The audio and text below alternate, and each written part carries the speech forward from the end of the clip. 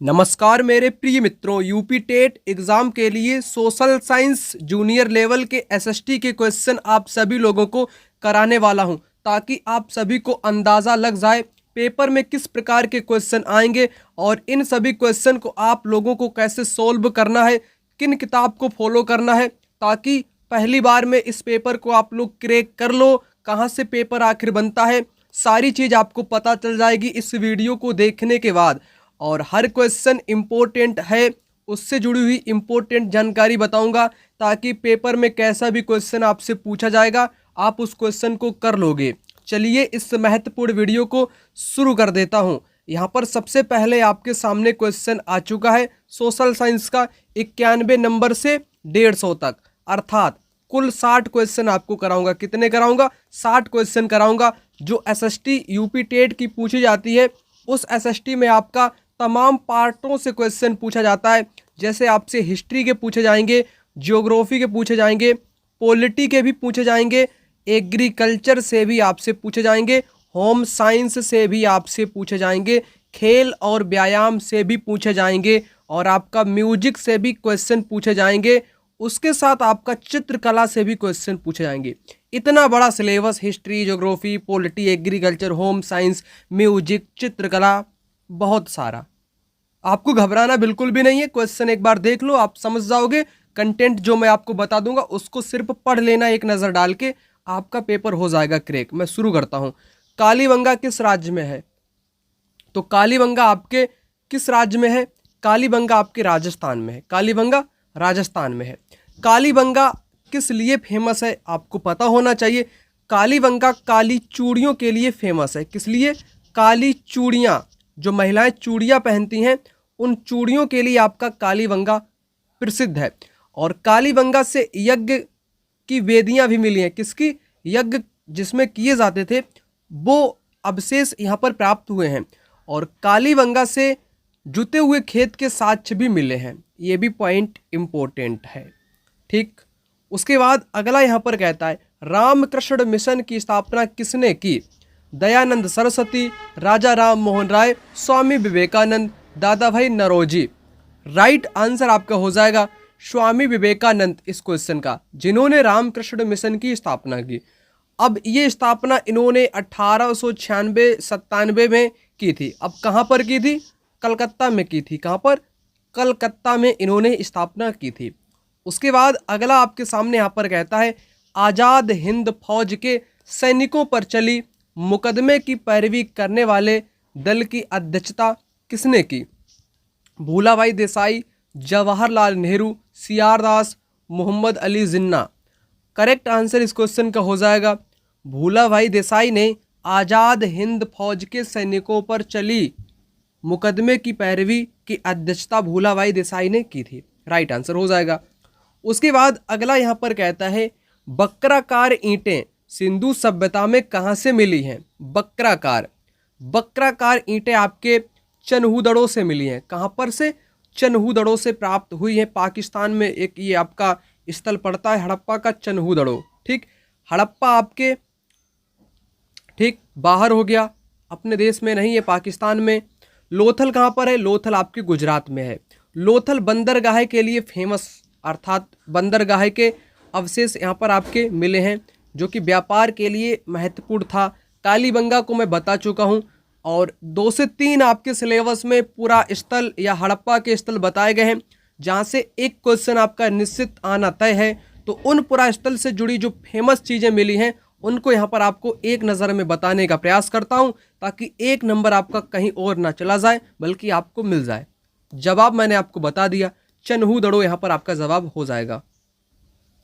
आपके सिलेबस के अकॉर्डिंग एक चैप्टर है हड़प्पा सभ्यता नाम से, तो उसमें महत्वपूर्ण कुछ आपके हैं स्थल, जैसे मोहनजोदड़ो सबसे इम्पोर्टेंट। मोहनजोदड़ो में विशाल स्नानागार, अन्नागार, दाढ़ी वाले पुजारी की मूर्ति, कांस्य की नर्तकी अर्थात डांसिंग गर्ल।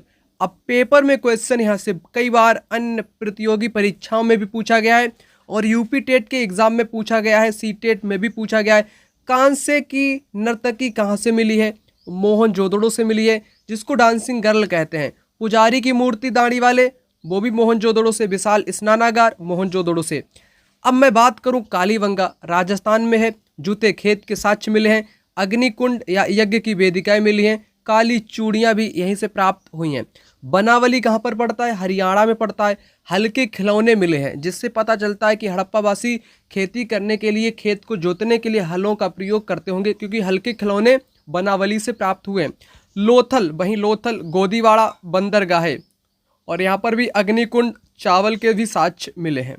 ठीक, तो ये कुछ इंपॉर्टेंट 3 से 4 आपके स्थल थे जिनको मैंने बता दिया। अब ये क्वेश्चन कहाँ से बनते हैं?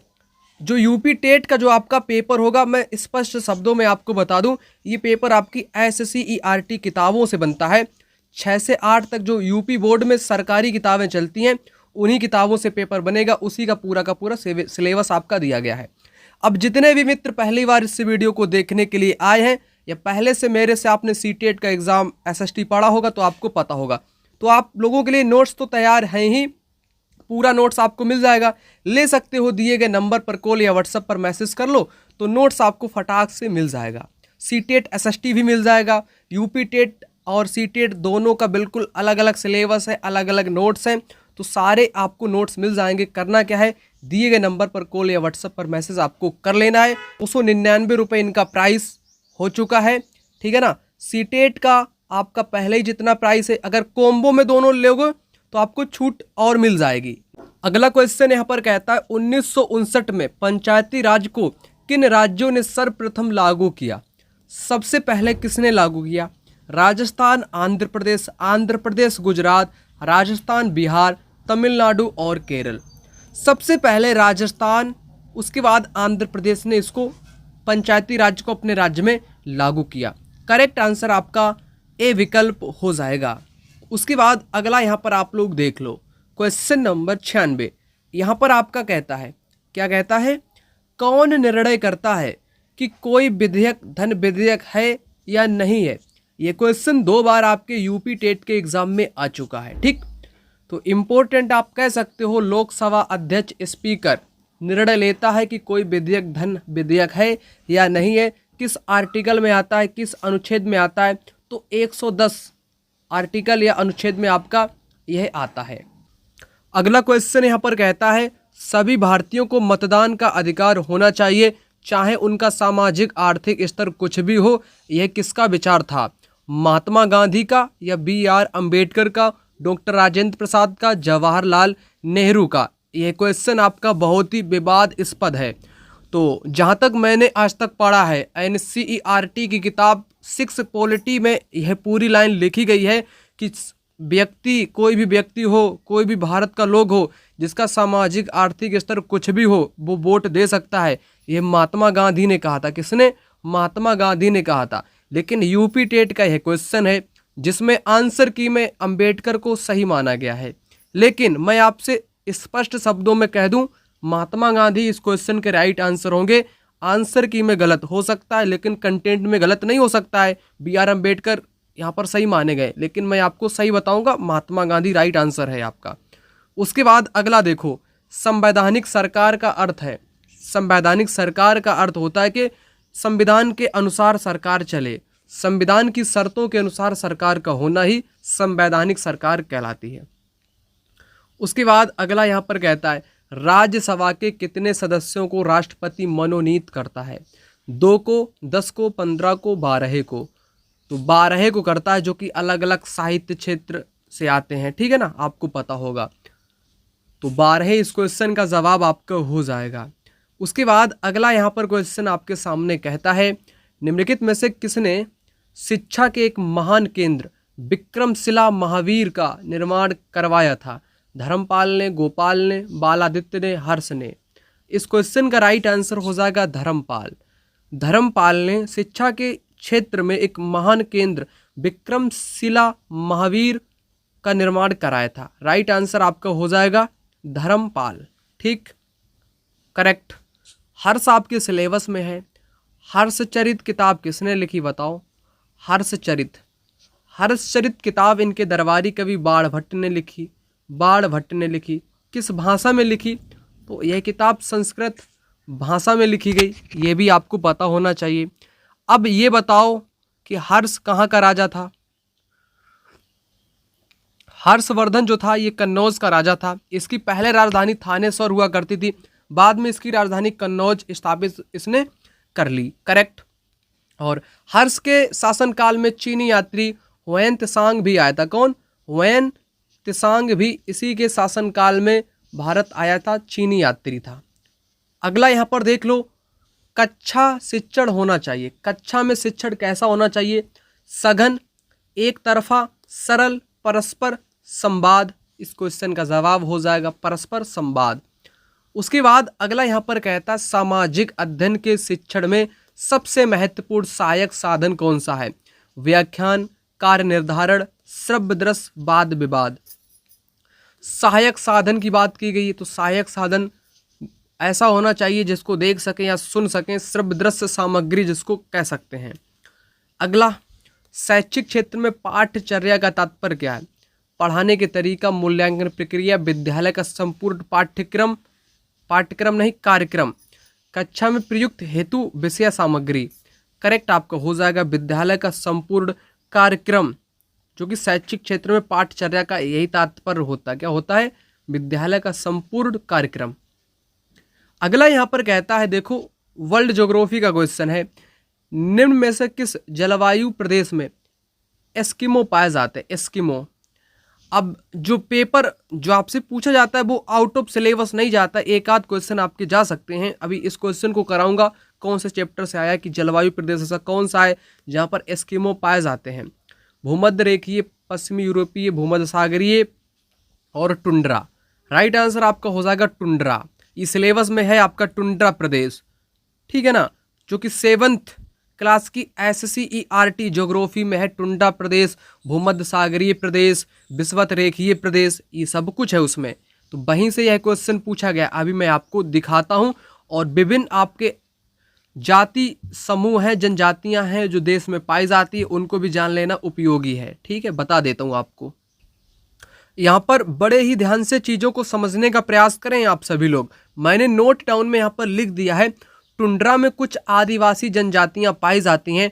उत्तरी अमेरिका, ग्रीनलैंड आदि के टुंड्रा निवासी एस्किमो कहलाते हैं। अब पेपर में यहीं से क्वेश्चन पूछ लिया, एस्किमो कहाँ पर पाए जाते हैं? तो टुंड्रा प्रदेश में पाए जाते हैं।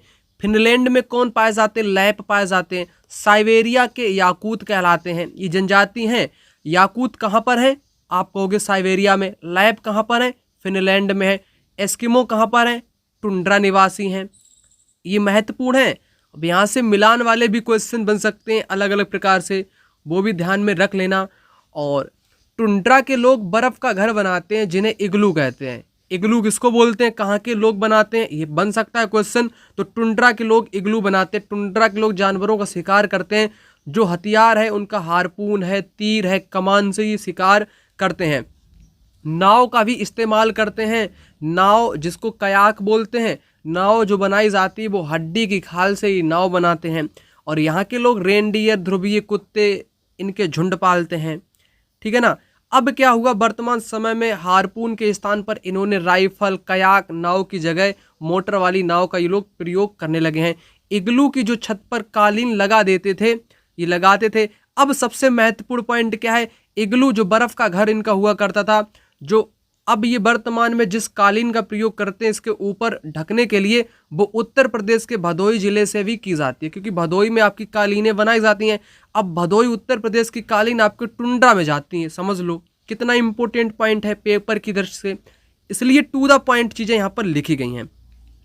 जैसे टुंड्रा पूरा आपका एक चैप्टर ही है ना। टुंड्रा प्रदेश, टैगा प्रदेश भी आपके सिलेबस में है, टुंड्रा प्रदेश भी आपके सिलेबस में है। टुंड्रा का मौसम कैसा होता है ये समझ लो, फिर मैं आगे बात करता हूँ। यहाँ 3 महीने दिन होता है, 3 महीने रात होती है। लगातार 3 महीने सूरज चमकता रहता है और लगातार 3 महीने रातें होती हैं, है ना।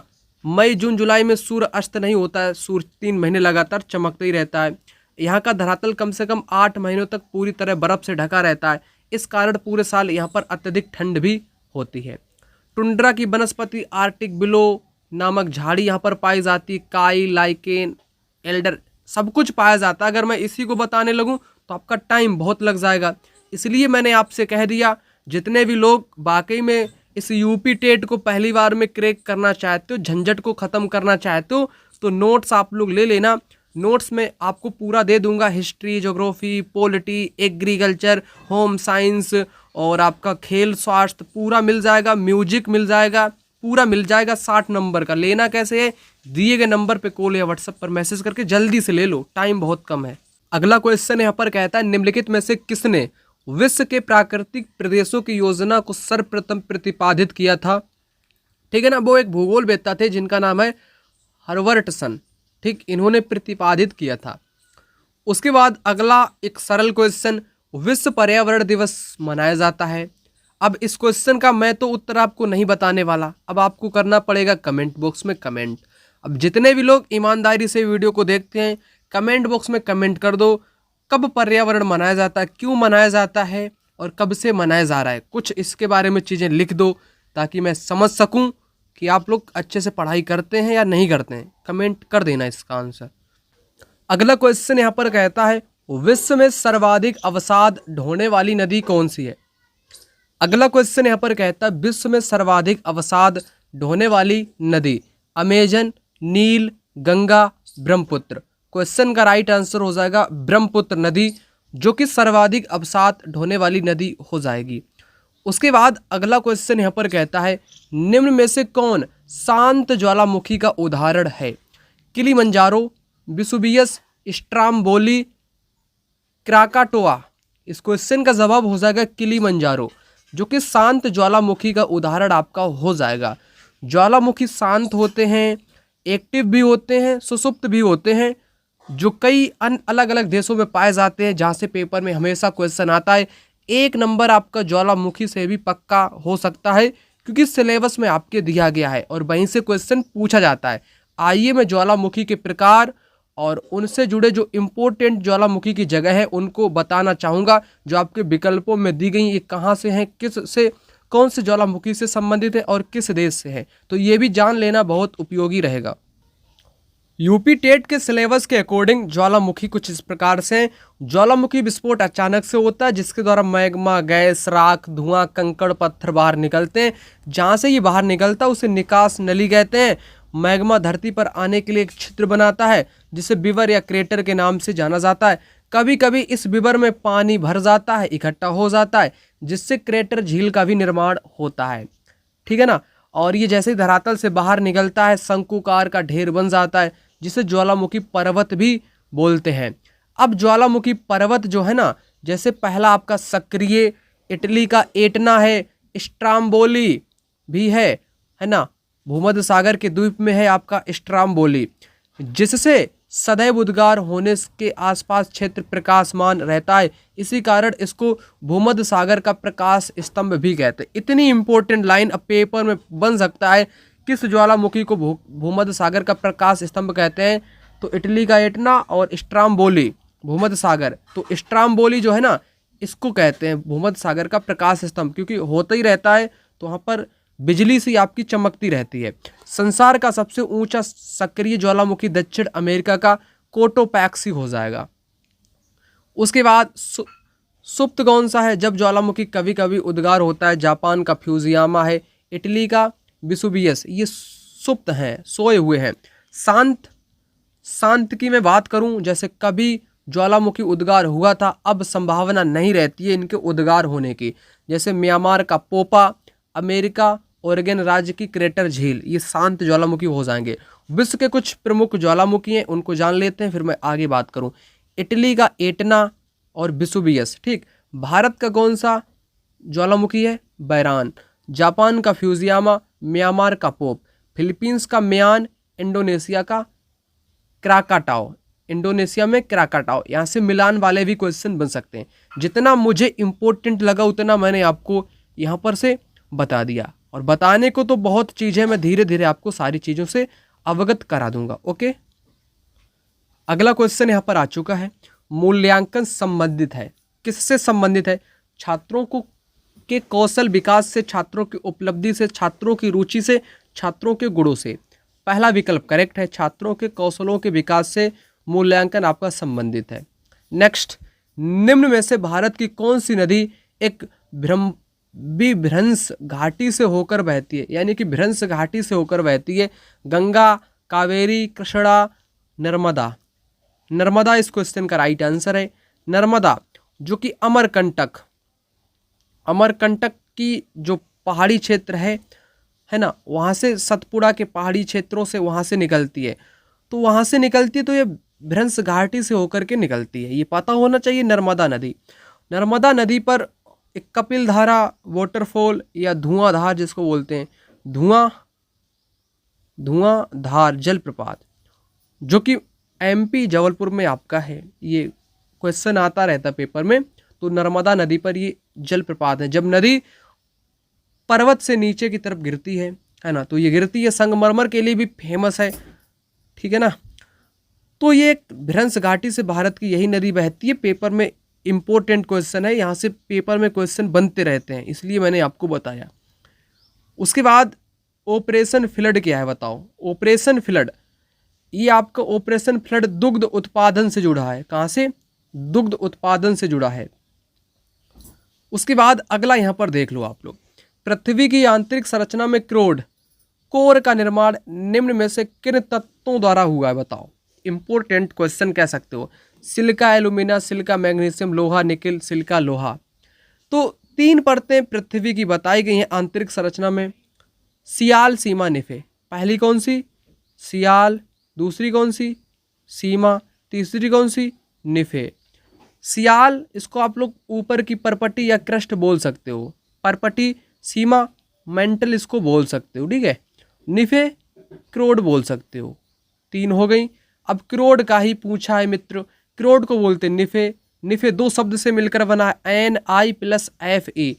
NI का मतलब हो जाएगा निकिल, प्लस FE का मतलब हो जाएगा फेरस, लोहा। निकिल और लोहा कहाँ पर है? निकिल और लोहा तीसरे में है।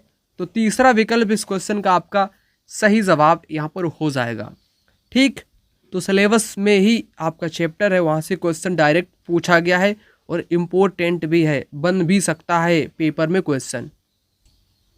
अगला क्वेश्चन यहाँ पर कहता है निम्नलिखित में से वायुमंडल की सबसे निचली परत कौन सी है। सबसे नीचे आपको बताना है। तो सबसे नीचे आप सभी को पता है, जिसमें हम लोग निवास करते हैं, जिसमें हम लोग सांस लेते हैं, जिसमें आंधी आती है, बारिश होता है, ओले गिरते हैं, आंधी तूफान आता है, बिजली चमकती है, गर्जना होती है, तो वही मंडल, वही परत आपकी कहलाती है क्षोभ मंडल। कौन? ट्रोपोस्फेयर जिसको बोलते हैं, ठीक है ना। तो क्षोभ मंडल इस क्वेश्चन का राइट आंसर हो जाएगा आपका। समताप मंडल, ठीक है ना। ओजोन मंडल जिसको बोल सकते हो। समताप मंडल में क्या होता है? वायुयान आपके उड़ते हैं, क्योंकि बादल या मौसम संबंधित घटनाओं से यह परत मुक्त होती है, ठीक है ना। आयन मंडल में रेडियो की तरंगें सभी को पता है परावर्तित करने के लिए मानी गई है, जिसको ताप मंडल भी बोलते हैं, है ना, थर आपका बोलते हैं। और एक आपका मंडल इंपॉर्टेंट है, मध्य मंडल। कौन सा? मध्य मंडल। मध्य मंडल में क्या पाया जाता है बताओ। इसमें उल्का पिंड आने पर जल जाता है। मध्य मंडल, मेसोस्फियर जिसको बोलते हैं, उल्का पिंड जल जाता है। जवाब तो मैंने आपको बता दिया, क्षोभ मंडल हो जाएगा। आगे देखो यहाँ पर कहता है लॉर्ड मैकाले संबंधित है। सेना के सुधार में, सती प्रथा की समाप्ति में, स्थायी बंदोबस्त में, अंग्रेजी शिक्षा में। तो अंग्रेजी शिक्षा लागू करने से संबंधित व्यक्ति मैकाले आपका हो जाएगा। स्थायी बंदोबस्त से संबंधित लॉर्ड कॉर्नवालिस आपका हो जाएगा। कौन? कॉर्नवालिस आपका हो जाएगा। 1793 में इसने स्थायी बंदोबस्त बिहार, बंगाल, उड़ीसा के क्षेत्र में लगा दी थी, ठीक। अगला, भारतीय राष्ट्रीय कांग्रेस की प्रथम महिला अध्यक्ष थी। प्रथम महिला अध्यक्ष कौन थी? इस क्वेश्चन का राइट आंसर आपको बता देना है। तो राइट आंसर आपका हो जाएगा, बात है दरअसल 1917 की अध्यक्षता थी कांग्रेस की। कौन थी बताओ? एनी बेसेंट थी। एनी बेसेंट इस क्वेश्चन का जवाब आपका हो जाएगा। उसके बाद अगला कहता है भारतीय इतिहास में स्वर्ण युग किस काल को कहते हैं? स्वर्ण युग। मौर्य, वैदिक, वर्धन, गुप्त। राइट आंसर है गुप्त काल। गुप्त काल को भारत के इतिहास में स्वर्ण युग कहा जाता है। नेक्स्ट देख लो आप लोग, दिल्ली के लाल किले में मोती मस्जिद का निर्माण किया था। मोती मस्जिद का जो निर्माण किया था मुगल बादशाह कहोगे आप लोग औरंग को। औरंग ने लाल किले में मोती मस्जिद का निर्माण कराया था। उसके बाद सिकंदर लोधी ने किस नगर की स्थापना की? सिकंदर लोधी इलाहाबाद, कानपुर, आगरा, सिकंदराबाद। आगरा इस क्वेश्चन का जवाब हो जाएगा, जो कि उत्तर प्रदेश का जिला आगरा, ताजमहल आगरा। ठीक। नाना साहब कहाँ से संबंधित है? कानपुर से। कौन? नाना साहब 1857 के गदर में। ठीक, करेक्ट हो जाएगा। उसके बाद अगला, पृथ्वी और चंद्रमा के मध्य की दूरी लगभग कितनी है? कितने किलोमीटर है बताओ? 3,84,400। कितना? 3,84,400 किलोमीटर आपकी हो जाएगी। क्या हो जाएगी? चंद्रमा और पृथ्वी के बीच की दूरी हो जाएगी। अगला कहता है भोजन में सबसे अधिक कैलोरी किस में होती है? वसा में, प्रोटीन में, कार्बोहाइड्रेट्स में, खनिज लवण में। राइट आंसर आपका वसा। वसा में सर्वाधिक कैलोरी की मात्रा होती है। अब यह क्वेश्चन कहाँ से है? अब यह क्वेश्चन है आपका होम साइंस से। ठीक। उसके बाद मांसपेशियां किस कार्य में सहायक होती हैं? शरीर को सुडौल और आकर्षक बनाने में, शरीर की गतिशीलता में, रक्त परिसंचरण में, उपरोक्त सभी। राइट आंसर आपका हो जाएगा मांसपेशियां किस कार्य में, मतलब कि मांसपेशियां कौन से काम में सहायक होती हैं? तो ये शरीर की गतिशीलता में सहायक होती हैं। बी विकल्प इस क्वेश्चन का आपका यहाँ पर करेक्ट जवाब हो जाएगा। ठीक है ना।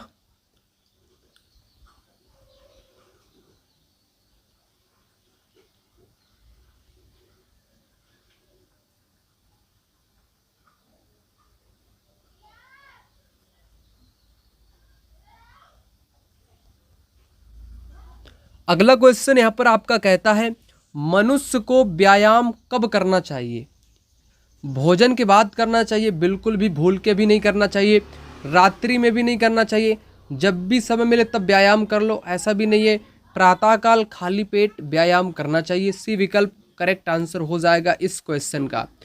अगला है यहाँ पर मनुष्य के मस्तिष्क जो है वो कहाँ पर है? मनुष्य का मस्तिष्क कहाँ पर होता है बताओ? इतना सरल क्वेश्चन। मुख में नहीं होता है, ना ही उदर गुहा में होता है, ना ही कच्छीय गुहा में होता है। ये होता है कपाल में, खोपड़ी में होता है मस्तिष्क। सिंपल भाषा में कहो खोपड़ी। अगला यहाँ पर देखो कहता है फुटबॉल का पहला अंतर्राष्ट्रीय मैच कब हुआ था? फुटबॉल का अंतर्राष्ट्रीय मैच सबसे पहले 1872 में हुआ था। कब? 1872 में हुआ था। यह खेल और व्यायाम से क्वेश्चन आपसे पूछा गया है। अगला क्वेश्चन यहाँ पर कहता है सैयद लोधी को किस खेल के लिए भारतीय राष्ट्रीय पदक मिला था? Badminton, volleyball, football, basketball.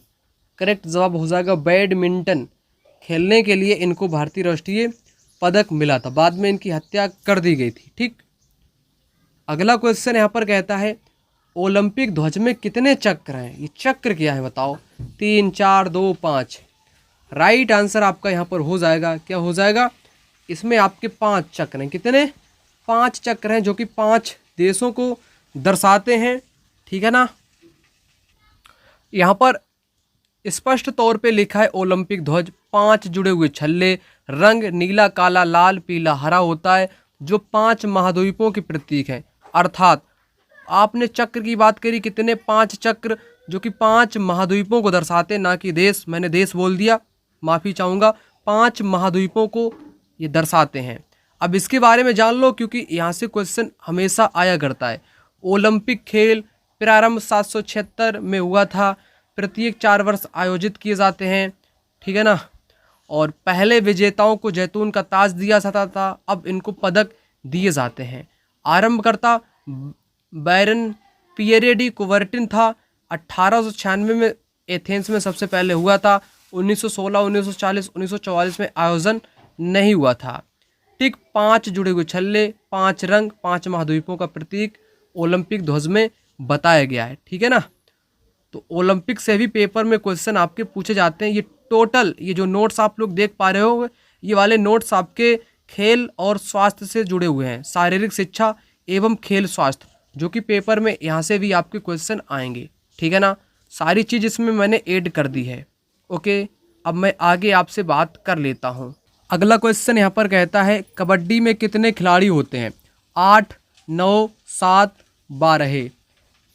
इसमें होते तो हैं आपके 12 खिलाड़ी टीम में, लेकिन 7 आपके मैदान में उतरते हैं, 5 अतिरिक्त होते हैं। उस हिसाब से राइट आंसर आपका 7 यहाँ पर हो जाएगा। यहाँ पर आप लोग कबड्डी को समझो। कबड्डी 2 टीम के बीच खेला जाता है। प्रत्येक टीम में 12 खिलाड़ी होते हैं, 5 मैदान में उतरते हैं, 5 नहीं 7 मैदान में उतरते हैं, 5 अतिरिक्त 7 मैदान में। ठीक, 15-15 मिनट की 2 पारियों, बीच में 5 मिनट का विश्राम। मैदान 11 मीटर इंटू 8 मीटर आयताकार होता है। रेडर को कबड्डी कबड्डी बोलते हुए एक ही सांस में लौटना होता है। सांस टूटने पर रेडर आउट माना जाएगा। जितने खिलाड़ियों को छूकर रेडर लौटता है वे आउट हो जाते हैं। तो ये होता है आपका कबड्डी। कबड्डी के साथ खो खो को भी समझ लो। 2 टीमों के बीच होता है, प्रत्येक में 12 खिलाड़ी, 9 खेलते हैं, 3 अतिरिक्त होते हैं। ये बहुत इंपॉर्टेंट जानकारी है। 9 मैदान में उतरेंगे, 3 अतिरिक्त होते हैं। ठीक, मैदान 25 मीटर इंटू 14 मीटर आयताकार होता है। पोल की ऊंचाई लगभग 1.2 से 1.25 मीटर तक की होती है। एक पारी 7 मिनट की। पीछा करने वाली टीम बैठकर विपरीत दिशा में रहती है। सक्रिय चेजर खो देकर दिशा बदलता है। छूते ही धावक आउट हो जाता है। खेल में टाइम आउट नहीं होता है। खो खो जिन लोगों ने खेला होगा उनको पता होगा। ये कुछ खेल आपकी सिलेबस के अकॉर्डिंग दिए गए हैं जो मैंने समाहित किए हैं, जो इम्पोर्टेंट है, पेपर में क्वेश्चन बन सकता है। अगला क्वेश्चन यहाँ पर कहता है राग पीलू किस वर्ग में आता है?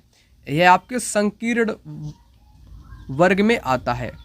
उसके बाद अगला, कौन सा विषय राज्य सूची में उल्लिखित नहीं है? राज्य सूची में उल्लिखित नहीं है। कृषि आपकी राज्य सूची में आती है, कानून व्यवस्था भी राज्य में आता है, भूमि राजस्व भी राज्य सूची में आता है, लेकिन नागरिकता ये केंद्र में आती है। किस में आती है? केंद्र में आती है, अर्थात संघ में आती है। संघ सूची जिसको बोल सकते हो, संघ सूची में आती है। तो यही इस क्वेश्चन का जवाब हो जाएगा, क्योंकि नहीं वाला आपको बताना था। अगला यहाँ पर कहता है किन आधारों पर राष्ट्रपति राज्यपाल को पदच्युत कर सकेगा? डी विकल्प, राज्यपाल की पदच्युत के आधार का संविधान में कोई उल्लेख नहीं किया गया है। डी विकल्प इस क्वेश्चन का राइट आंसर। उसके बाद अगला यहाँ पर कहता है राज्य विधानसभा की अधिकतम सदस्य संख्या है कितनी? 500। राइट आंसर बी विकल्प इस क्वेश्चन का यहाँ पर हो जाएगा 500। नेक्स्ट यहाँ पर कहता है बी आर अम्बेडकर ने निम्न में से कौन से अधिकारों को संविधान का हृदय और आत्मा कहा है? तो संवैधानिक उपचारों का अधिकार अनुच्छेद 32 को संविधान का हृदय और आत्मा कहा है, जबकि पंडित जवाहरलाल नेहरू ने प्रस्तावना को आत्मा कहा है संविधान का, और अंबेडकर साहब ने अनुच्छेद 32 संवैधानिक उपचारों का अधिकार को संविधान का हृदय और आत्मा कहा है। अगला कहता है सोनालिका किस फसल की प्रजाति है? तो यह गेहूं की फसल की प्रजाति है, सोनालिका।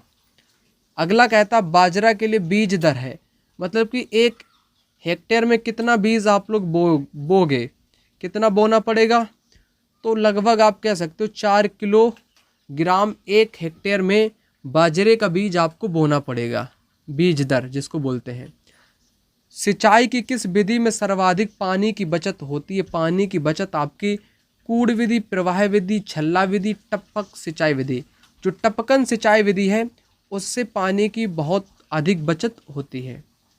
अगला कहता है यहाँ पर गेहूं की प्रथम क्रांतिक अवस्था होती है, मतलब कि गेहूं की फसल में कब क्रांति आती है, उसकी कौन सी अवस्था होती है?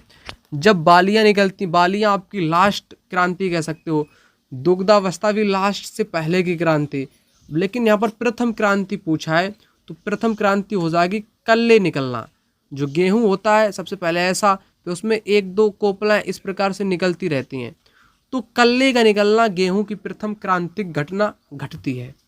ठीक, आगे का क्वेश्चन देखो, यहाँ पर कहता है मृदा विज्ञान की वह शाखा जिसमें मृदा का अध्ययन पादप वृद्धि के दृष्टिकोण से किया जाता है उसे कहते हैं पारिस्थितिकी, पेडोलॉजी, भूगर्भ विज्ञान, एडेफोलॉजी।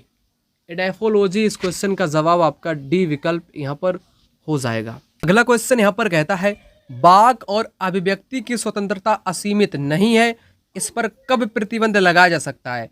राष्ट्र की एकता अखंडता के पक्ष में लगाया जा सकता है, संसद और न्यायालय की अवमानना या मानहानि पर भी लगाया जा सकता है, लोक व्यवस्था शिष्टाचार सदाचार लगाया जा सकता है, उपरोक्त सभी के आधार पर लगाया जा सकता है ना, वाक और अभिव्यक्ति की स्वतंत्रता पर प्रतिबंध। उसके बाद अगला यहाँ पर कहता है फर्टिगेशन का संबंध परागण से, निषेचन से, संकरण से, जल एवं उर्वरक देने से।